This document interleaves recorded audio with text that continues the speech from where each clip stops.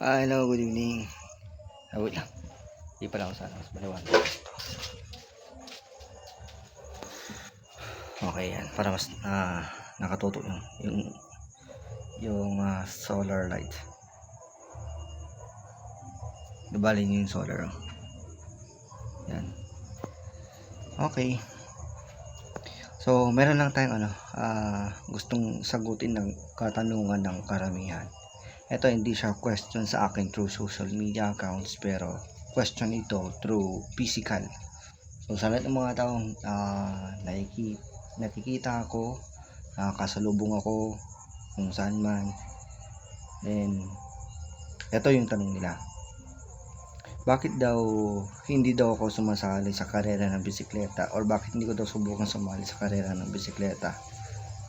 Okay, ganito na lang bibigyan ko na lang kayo ng history kung bakit. So hindi ko na papangalan yung event, kung ano yung event na sinalihan ko nun. So di bali nakiusap yung mga officials namin dito sa local. Then sabi ko naman sa kanila, pwede po ako sumali, pero I cannot assure na ako po yung mananalo or kung ano man, kasi hindi po ito yung forte ko. So that is the one reason hindi ko forte ang pagbibisikleta. Although nakita po nila na maganda yung pagbibisikleta ko, maayos akong bisikleta, disiplinado, or kung etc. Pero meron po isang kulang sa akin sa pagbibisikleta. Yun po yung mismong bakal ko sa bilis. Okay? Sa pagbibisikleta po kasi, lang po ako dyan. Chill rider lang po kasi ako. Actually, mas pinagtutuunan ko po ng pansin yung pag bike loop kaysa po sa pakikipagkarera.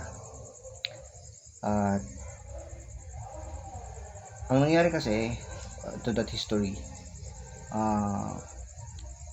yung bisikleta na ginamit ko noon is hiram lang, di ko na nagpapangalanan. Hiram lang yon. Then aksidente ng doon sa may medyo matirik na mababang uphill lang naman, pero sobrang tirik lang kasi. Ngayon na natumba ako doon. So meron konting gas lang naman sa bisikleta. So tinapos ko pa rin yung race kahit na meron akong konting gas din sa katawan. Ngayon, isa sa mga bagay na napagtanto ko napagtanto ko kung bakit hindi ko forte ang pakikipagkarera sa bisikleta.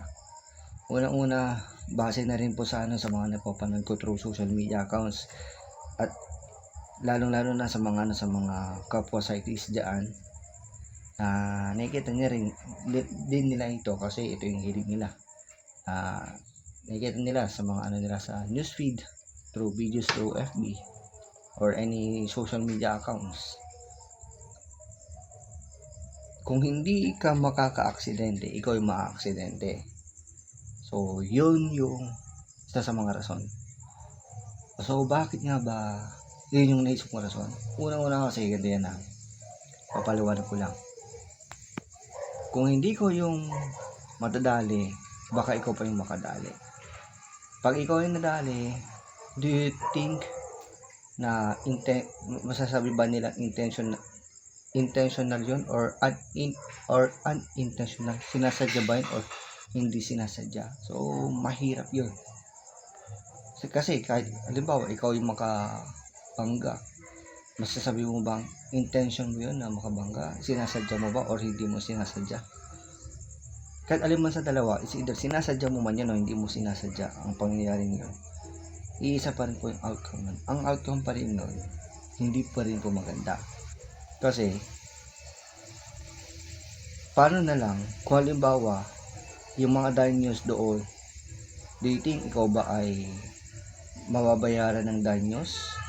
Ikaw ba ay makakapagbayad ng danyos? So yun yung isa sa mga situation na mahirap at komplikado.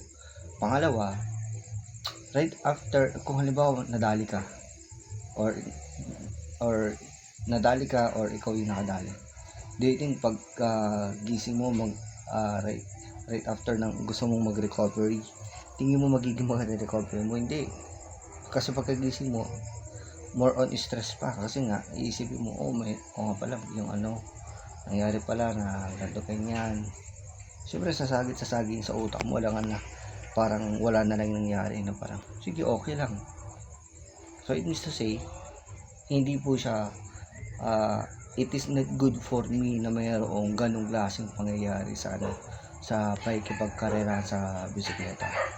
Mas maganda pa sana kung sa bisikleta is isa-isa kayo magpapagaling kayo sa pagbibisikleta mismo, sa pagpadyak, sa pag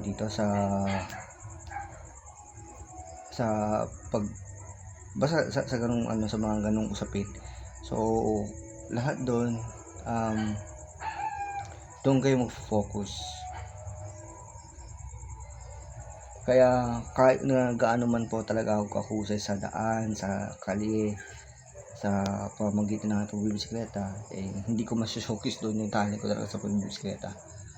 Kaya nagpurso na lang ko o pinupurso ko na lang na yung galing ko sa pagbibisikleta base na lang sa bike loop or sa na lang sa pagpapadyak ko ng malayo. So ganoon na lang siguro yung yung pinatutuunan ko ng pansin. So sana naunawaan po ninyo, kayo pong mga nagtatanong po sa akin, at sana nabigyan na po ng linaw yung katanungan po ninyo kung bakit. And then kung ngayon di pa rin po malinaw, one day, one time uunawan at maintindihan nyo din.